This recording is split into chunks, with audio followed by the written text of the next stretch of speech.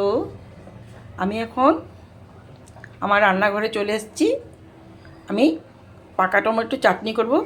এই যে পাকা টমেটো কেটে নিয়েছি, 1 কেজি পাকা টমেটো কেটে নিয়েছি।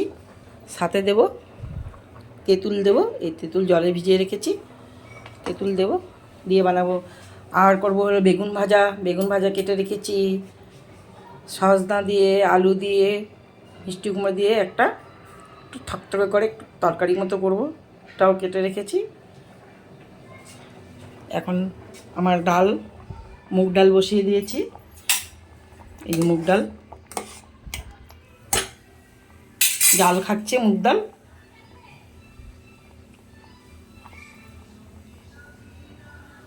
এখন আমার কড়াটা গরম হয়ে গেছে, আমি টমেটো চাটনিটা বসিয়ে দেব। তেল গরম হয়ে গেছে, আমি একটু সর্ষে ফোড়ন দেব। এখন আমি টমেটোগুলো ঢেলে দেব।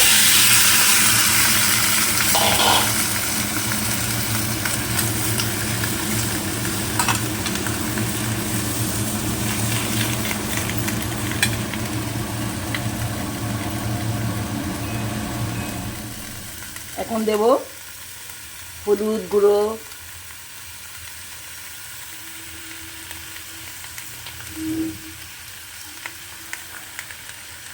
পরিমাণ মতো হলুদ গুঁড়ো দিলাম।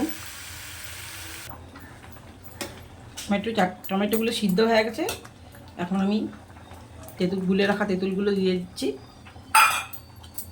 ভিজিয়ে রেখেছিলাম তেঁতুলটা, এখন দিয়ে দেবো। তেঁতুলটাও ওখানে এটার সাথে মিশে যাবে। তেঁতুল দিলে কি হয় বলো তো বন্ধুরা, মানে একটু টকটক লাগে, তো খেতে ভালো লাগে, টক মিষ্টি চাটনিটা। আমার ছেলে বলে আমি চাটনিটা নাকি অনেক ভালো বানাই, খুব ভালো করি আমি চাটনিটা। ওর রোজে লাগে চাটনি, ও খাবে, মাও খাবে, ছেলেও খাবে, তাই আমি রোজ চাটনি করি আমি। এখন আমি পরিমাণ মতো গুড় দিয়ে দিচ্ছি, কেটে রেখেছিলাম গুড়টা দিয়ে দিচ্ছি। আমি গুড়ই দিই, চিনি দিই না, গুড় দিয়ে করি। আপনারা চাইলে চিনি দিয়েও করতে পারেন। খেজুর গুড় দিয়েছি এটাতে। এখন গুড়গুলো একটু মিশবে, মিষ্টি দিই আমি। ডালটা আমার প্রায় হয়ে আসছে, ডালটা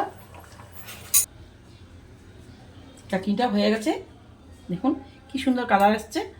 আমি একটু ভেজে রাখা মশলা রেখেছিলাম, ওটা দিয়ে দেবো। বেশি দিলে তিতো লাগে, একটুকি দেবো ছড়িয়ে, সামান্য। না দিলেও হয়, কিন্তু আমি দিচ্ছি।